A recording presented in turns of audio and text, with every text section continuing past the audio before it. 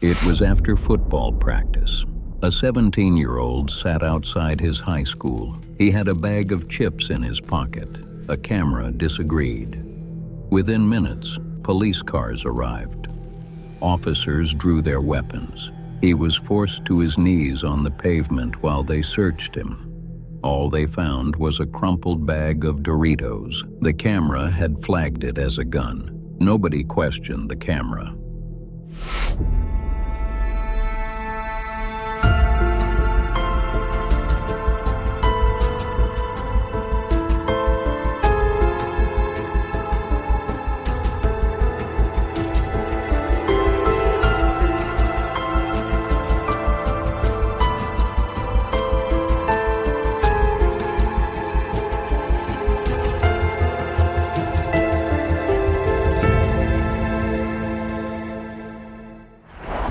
There is an idea that has driven law enforcement for over a century. That crime can be prevented, not just solved after the fact, not just punished, but stopped before it happens. For most of that time, prevention meant presence, more officers, more patrols, more eyes on the street. Then came the algorithm. In 2009, researchers, mathematicians, and law enforcement officials gathered in Los Angeles for what would become the first predictive policing symposium. The idea was simple. Crime follows patterns. Patterns exist in data, and if data can be analyzed quickly enough, maybe the future can be anticipated. Companies emerged to turn that idea into a product. Predictive, ShotSpotter, Geolitica. Hunch Lab. Feed us your historical crime data. We will tell you where crime is likely to happen next. Deploy your officers accordingly. Cities bought in. At its peak, predictive policing software was operating in dozens of American cities simultaneously. No public registry tracked the full footprint. No standardized oversight required disclosure. The market was projected to exceed $5 billion. And the question almost no one was asking was whether any of it actually worked. In 2023, investigative journalists at the markup obtained the actual prediction data. Over 23,000 individual predictions generated by Geolitica for the Plainfield, New Jersey Police Department. Each one specified a location. Each one specified a crime type. Each one represented a moment the algorithm calculated something was about to happen. The researchers cross-referenced those predictions with actual reported crimes. The success rate was less than half of 1%. Burglary predictions, accurate 0.1% of the time. Robbery and assault, 0.6%. The software being sold to cities as a crime prediction tool was, by the data's own measure, almost always wrong. But that number alone does not capture the full picture. Because when a predictive system is wrong about tomorrow's weather, the consequence is inconvenience. When a predictive system is wrong about crime, the consequence can follow a person for years. In October 2025, a grandmother in Tennessee named Angela Lips was arrested at gunpoint while babysitting her 4 grandchildren. Facial recognition software had connected her to fraud crimes in North Dakota, a state she had never visited. She spent 5 months in jail before charges were dropped. She had done nothing. The system had been certain. She was not the first. The Innocence Project documented at least 7 wrongful arrests tied to facial recognition misidentification. 6 of the 7 involved Black Americans. In case after case, the pattern was the same. Officers received a result. Officers treated the result as confirmation. The uncertainty that produced it disappeared somewhere between the algorithm and the arrest.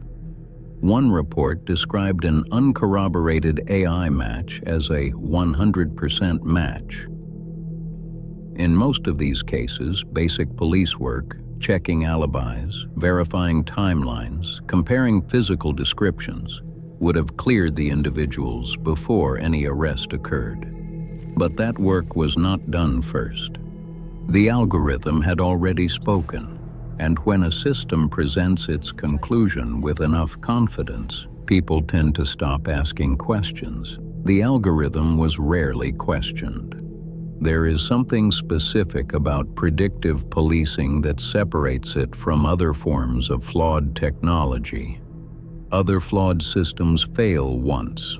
Predictive policing can fail in a loop. Historical crime data is fed into an algorithm. The algorithm identifies high-risk locations. Officers are directed to those locations. More patrols mean more arrests. Those arrests become new data. The new data confirms the algorithm. Officers return to the same locations. The system appears to be working. But what it is actually doing is measuring its own footprint. An investigation by the Markup and Gizmodo found that Predpol consistently directed officers away from predominantly white neighborhoods and toward Black and Latino communities, not because crime was necessarily higher there, but because historical arrest data was, and historical arrest data reflects historical policing decisions. The algorithm was not predicting the future. It was encoding the past. ShotSpotter, an acoustic gunshot detection system used by over 100 law enforcement agencies, faced similar scrutiny. Studies found it frequently misidentified sounds, fireworks, backfiring cars, construction equipment. Officers arrived expecting armed resistance. What they often found were ordinary people going about their lives. Chicago allowed its ShotSpotter contract to expire in 2024. Houston followed. Seattle followed. San Antonio followed. But as those cities stepped back, New Jersey approved a $1 million grant to expand the system statewide. The logic continued.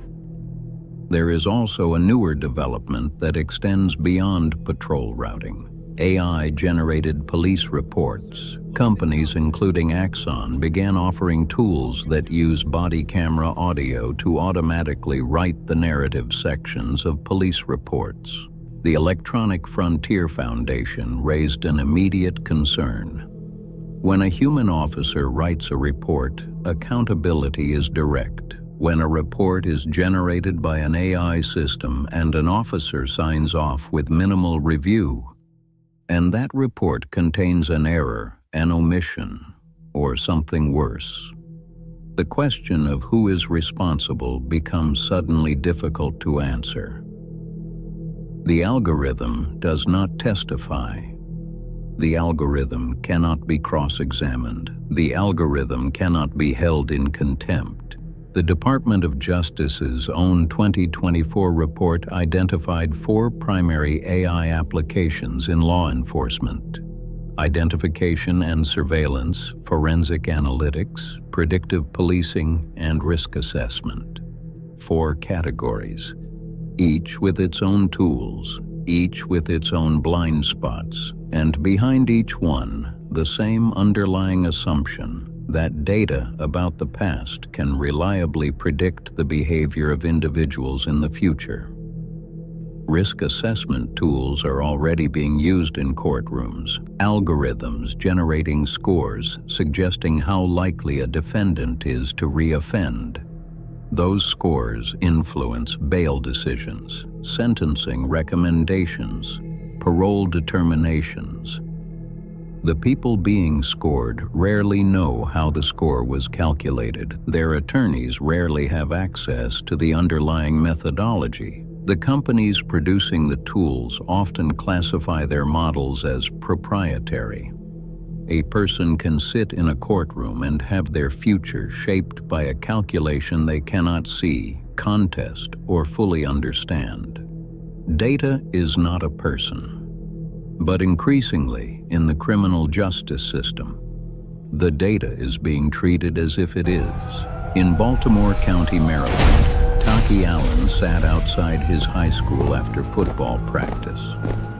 A camera saw something that was not there. Officers responded. Weapons were drawn. He was placed on his knees on the pavement. He was 17 years old. The camera never second-guessed itself. It never considered what the consequences of being wrong might mean for the person in front of it. It flagged. Humans followed. That is the part of this story that rarely makes it into the product demonstration. Not the marketing, not the crime reduction statistics, not the projected market value, but the quiet, structural reality that these systems are not replacing human judgment. They are preceding it, arriving first, framing the situation before any officer has seen anything, generating certainty before any question has been asked. And once a system generates certainty, certainty is very difficult to walk back. Cities are beginning to respond. Bans have been passed. Contracts have been allowed to expire. Senators have demanded the Department of Justice halt funding to programs that cannot demonstrate they work without discriminatory impact. But the technology is not retreating. The market is growing. The tools are expanding. New contracts are being signed in the same months others are being canceled. The infrastructure deepens quietly, city by city, agency by agency. And beneath all of it, one question remains unresolved. If a system decides you are a threat before you have done anything, who decides the system is wrong? And as always, this is Ghost in the BIOS. And until next time, stay human.